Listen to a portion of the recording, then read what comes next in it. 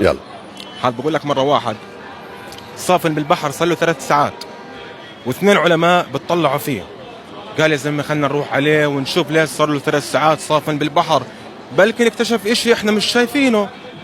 قال له يعطيك العافية. قال له الله يعافيك. قال له صار لك 3 ساعات صافن بالبحر، شو الاشي اللي شايفه جوا البحر احنا مش شايفينه؟ قال لهم تخيلوا هذا كله شوربة منسف، كمل شو الرز بده.